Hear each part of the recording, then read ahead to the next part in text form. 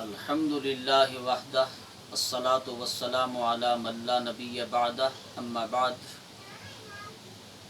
مسائل اعتکاف، مختصراً اور موٹے موٹے کچھ مسائل آپ حضرات کی خدمت عالیہ میں عرض کر دوں۔ اعتکاف کی 3 قسمیں ہیں: واجب، سنت مؤکدہ علی الکفایہ اور نفل۔ دونوں کو چھوڑ کر اس وقت جس کی ضرورت ہے سنت مؤکدہ علی الکفایہ، جو رمضان مبارک کے آخری عشرہ میں کیا جاتا ہے، جو جناب رسول اللہ صلی اللہ علیہ وسلم ہمیشہ کیا کرتے تھے۔ سنت مؤکدہ علی الکفایہ کا مطلب یہ ہے کہ جس بستی کی مسجد شریف میں اگر ایک آدمی یا 2 آدمی اعتکاف کر لیں تو ساری بستی بری الذمہ ہو جائے گی، اگر کوئی بھی نہ کرے تو سب گناہگار ہوں گے۔ سنت مؤکدہ علی الکفایہ اعتکاف کے لیے کچھ شرائط ہیں۔ سب سے پہلی شرط یہ ہے کہ اعتکاف کرنے والا مسلمان ہو، عاقل ہو، پاگل اور دیوانہ نہ ہو، نابالغ۔ بعض حضرات کہتے ہیں کہ نابالغ اعتکاف نہیں کر سکتا، لیکن علماء نے لکھا ہے کہ نابالغ لڑکا بھی اعتکاف کر سکتا ہے، صرف مسجد کے ادب و احترام کا خیال رکھے۔ تیسری شرط، مرد کا جنابت سے، عورت کا جنابت اور خیز و نفاس سے پاک ہونا ضروری ہے۔ اگر خیز و نفاس یعنی کہ ایام آ گئے تو اعتکاف ٹوٹ جائے گا۔ اعتکاف کی نیت، اگر کوئی شخص بغیر نیت کے مہینوں مسجد کے اندر بیٹھا رہے تو اس کا اعتکاف صحیح نہیں ہوگا۔ روزہ اس کے لیے شرط ہے، اگر اس کا روزہ ٹوٹ گیا کسی بھی وجہ سے اعتکاف میں تو اس کا اعتکاف بھی ٹوٹ گیا۔ اس کا حل کیا ہے؟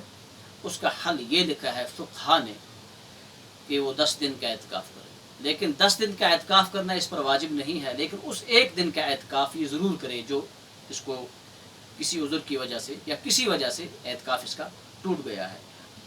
چھٹی شرط، مرد کے لیے مسجد کا ہونا ضروری ہے۔ عورت اپنے گھر میں اعتکاف کر سکتی ہے، اپنے گھر میں کسی کمرے میں یا کمرے کے کسی گوشے میں خیمہ سا بنا کر اس کی اعتکاف کی جگہ وہی ہے۔ تو مرد بھی اور عورت بھی بغیر شرعی اور طبی عذر کے اپنی اعتکاف کی جگہ کو نہ چھوڑے۔ اگر بغیر شرعی اور طبی عذر کے ایک لمحہ بھی یہ اعتکاف کی جگہ کو چھوڑیں گے، اعتکاف سے نکل جائیں گے تو ان کا اعتکاف ٹوٹ جائے گا۔ شرعی عذر اور طبی عذر کیا ہیں؟ شرعی عذر نماز، وضو اور غسل۔ مرد اس مسجد میں اگر اعتکاف کے لیے بیٹھا ہے جہاں نماز جمعہ نہیں ہوتی تو وہ جمعہ کی نماز کے لیے آ سکتا ہے، یہ اس کو شریعتاً اجازت ہے، یہ اس کا شرعی عذر ہے۔ کتنا قبل آئے اپنی مسجد سے؟ جامعہ مسجد میں پہنچ کر وہ 2 رکعت نماز تحیۃ المسجد اور 4 رکعت نماز سنت پڑھے، اور اس کے بعد خطبہ، نماز کے بعد پھر سنت پڑھ کے اپنی مسجد میں واپس لوٹ آئے۔ وضو کے لیے نکل سکتا ہے یا نکل سکتی ہے، دونوں۔ اسی طرح غسل، یاد رکھیں، سنت غسل، نفل غسل یا اپنی میل کچیل کو دور کرنے کے لیے کوئی کہے میں غسل کرتا ہوں، اس کی قطعاً اجازت نہیں ہے، اس کا اعتکاف ٹوٹ جائے گا۔ واجب غسل اگر ہو جائے، مرد کو احتلام ہو جائے، تو اس صورت میں وہ غسل کرنے کے لیے نکل سکتا ہے یا نکل سکتی ہے۔ اس کو کہتے ہیں شرعی عذر۔ طبی عذر کیا ہے؟ پیشاب پیخانہ، پیشاب پاخانہ کے لیے نکل سکتے ہیں، لیکن ایک بات کو یاد رکھیں، وضو کرنے کے لیے گیا یا گئی یا واجب غسل کرنے کے لیے گیا یا گئی تو غسل خانے میں فضول چیزیں جس طرح صابن وغیرہ ہے، یا دانت صاف کرنے کے لیے دنت منجن سے یا برش وغیرہ سے بیٹھ گیا یا گئی تو اس کا اعتکاف ٹوٹ جائے گا۔ یا تولیہ سے غسل خانے میں منہ صاف کرنے کے لیے بیٹھا یا بیٹھی، یا راستے میں رک گیا چلتے چلتے، یا معتکف ہمارے حمام میں آ کر تولیہ سے منہ صاف کرنے بیٹھ گئے تو ان کا اعتکاف ٹوٹ جائے گا۔ تو ان کو تولیہ سے منہ صاف کرنے کی ضرورت ہو تو چلتے چلتے یہ اپنا ہاتھ منہ صاف کر سکتے ہیں۔ بہتر یہ ہے کہ وہ آ کر اپنے اعتکاف کی جگہ وہاں ہی پر منہ اپنا صاف کریں، اپنے ہاتھ صاف کریں۔ تو یہ ہو گئے کون سے عذر؟ طبعی عذر اور شرعی عذر۔ ان طبی اور شرعی عذروں کے بغیر اگر یہ اپنی مسجد کی جگہ سے یا عورت اپنی اعتکاف کی جگہ سے ایک لمحہ کے لیے باہر نکل گئے تو ان کا اعتکاف ٹوٹ جائے گا۔ ہمارے ہاں اس سے قبل یہ ہوا کرتا تھا کہ معتکف مسجد میں آ کر کھانا کھاتے تھے، بیٹھتے تھے اور ہاتھ دھونے کے لیے کلی کرنے کے لیے آتے تھے۔ یاد رکھیں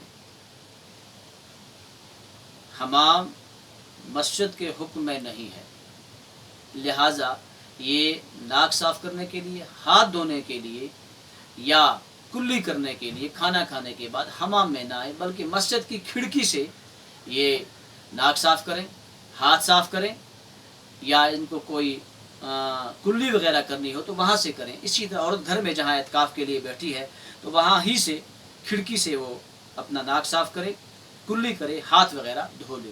تو یہ شرعی اور طبی عذر ہیں۔